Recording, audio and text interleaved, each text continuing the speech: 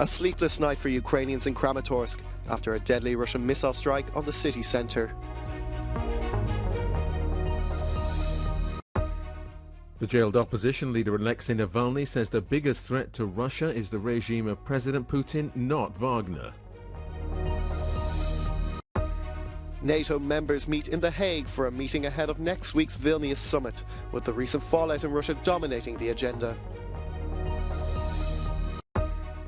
A police officer in Paris is being investigated for shooting dead a teenager, triggering disturbances in several French cities. The search for a tourist who vandalised a wall in Rome's ancient Colosseum continues. The culprit risks thousands of euros in fines and up to 5 years in prison.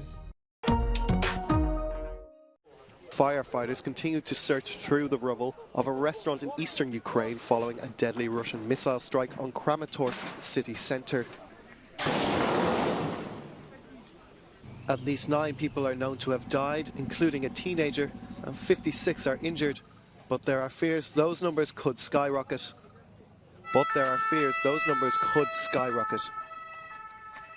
Ну, мы сидели в ресторане, мы были 4, и, в принципе, ничего, все было нормально, и в один раз сразу бум, ты ничего не слышишь до этого, сразу очень сильно бум, и везде кровь, стекло, видел люди на улице, даже маленький бэби мы видели совсем с кровь. A supermarket in the city of Kherson was also struck on Tuesday. No casualties were reported. The Russian armed forces now appear to be targeting both homes and businesses. Ukrainian authorities say the tactics employed aim to deprive residents of jobs and access to basic food and sanitary products.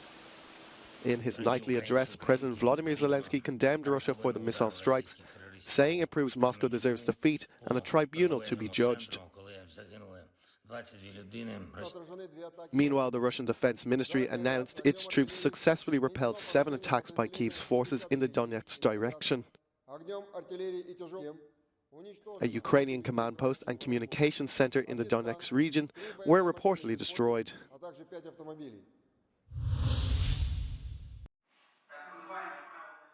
The jailed opposition leader Alexei Navalny has said the biggest threat to Russia is the regime of President Vladimir Putin.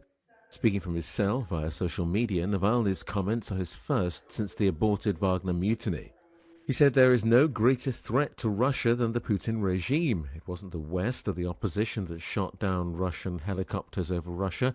It wasn't the ACF that brought Russia to the brink of civil war. It was Putin personally who did this.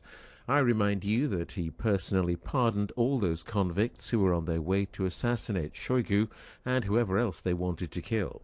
The rebellion by Wagner mercenary group chief Yevgeny Prigozhin, who is now said to be in exile in Belarus, has sparked Russia's largest political crisis in decades. Belarusian leader Alexander Lukashenko says he persuaded Russian President Vladimir Putin not to kill him. Поэтому я подумал, ну замочить можем. Я и Путину сказал, замочить можем. Это не проблема, не с первого раза, так со второго. Я говорю, не делайте этого. Lukashenko also says he's offered members of the Wagner group who've left Russia an abandoned military base in the country. But he also stressed they would not be used to guard the nuclear weapons Moscow has just been delivered.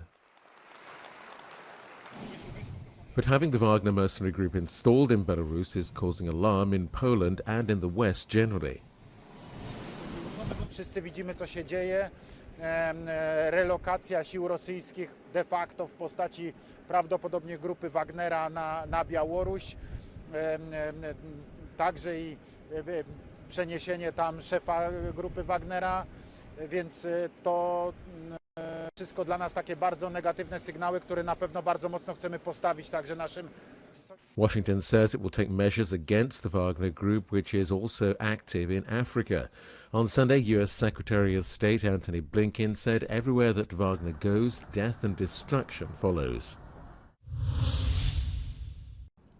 France's President Emmanuel Macron will host NATO Secretary General Jens Stoltenberg here in Paris this Wednesday, a meeting that, according to the Élysée Palace, had been set up prior to the dramatic events we saw unfold in Russia over the weekend, a meeting that was originally designed to prepare for the NATO summit in Vilnius in July. But of course, a meeting that will be dominated by that failed Wagner rebellion in Russia and what that means for the war in Ukraine. Emmanuel Macron, who has reportedly followed the developments in Russia hour by hour throughout the weekend, he was in constant communication with his American, German and British counterparts and has come forward to say that what happened in Russia unveils the cracks, the divisions within Russia's camp, as well as the fragility of Vladimir Putin's army, as well as those auxiliary forces such as the Wagner Group. It's going to be interesting to see just what comes out of that meeting concretely. Both men agree on the necessity to continue to support Ukraine in its counteroffensive and will most likely develop new ways for that partnership to continue to be strong and unanimous across the alliance. Emmanuel Macron is also reportedly going to push for the rapid ratification of Sweden's membership following that of Finland's. Annalise Borges in Paris for Euronews. Global peace is deteriorating, and while Russia's full-scale invasion of Ukraine is a factor, it's far from alone. According to the 2023 Global Peace Index released on Tuesday, 95 countries around the globe were involved in some form of conflict during 2022, either internally or outside their own national borders. Steve Kalia heads the Institute for Economics and Peace that produced the index. Part of the problem, he says, is that once a war starts, it's incredibly hard to end.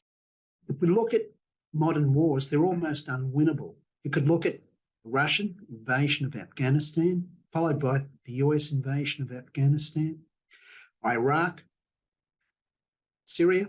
Bashar is still in power.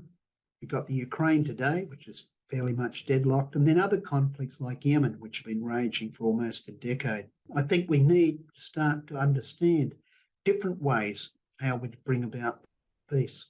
So we look at the Ukraine today, we went back to 2014 after the first invasion from Russia. If countries of Europe stood together and made it clear what would happen on a further invasion, then I don't think we'd be where we are today. Both Russia and Ukraine are now ranked among the 10 least peaceful countries in the world. Ukraine experienced the largest drop in the index, falling 14 places to 157 out of 163. Despite the ongoing war between Moscow and Kyiv, Europe remains the most conflict-free region in the world. Iceland has once again taken the top spot for the most peaceful country, followed by Denmark, Ireland and New Zealand. The annual Hajj pilgrimage to Mecca has concluded, with worshippers taking part in the final rituals under extreme heat. From dawn, hundreds of thousands of Muslims made their way to pelt the three monoliths representing Satan in the Stoning of the Devil event, or Jamrat. Worshippers then perform a farewell tawaf, walking 7 times around the Kaaba at the Grand Mosque in Mecca.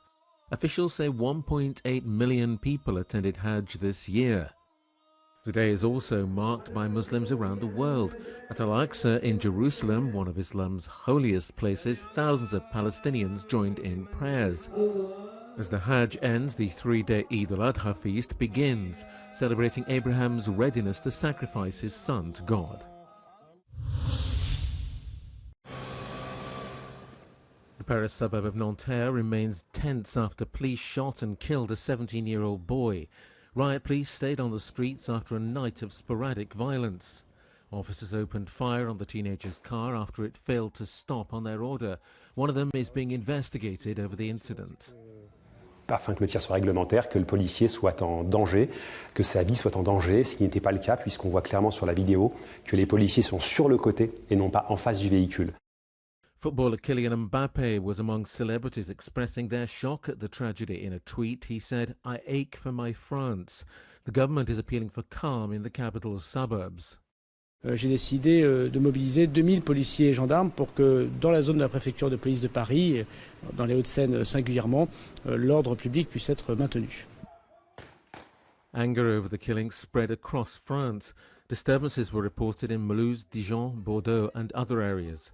In all, 31 people were arrested in France, 24 police officers were slightly injured and around 40 cars were burned.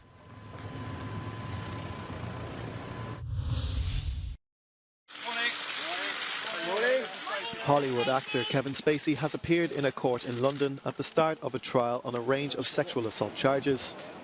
He's accused of offences against 4 men, including sexual assault, indecent assault and causing a person to engage in penetrative sexual activity without consent. Spacey has pledged not guilty to all charges. The alleged crimes are said to have been committed while he was living in London between 2004 and 2015. The trial is expected to last 4 weeks.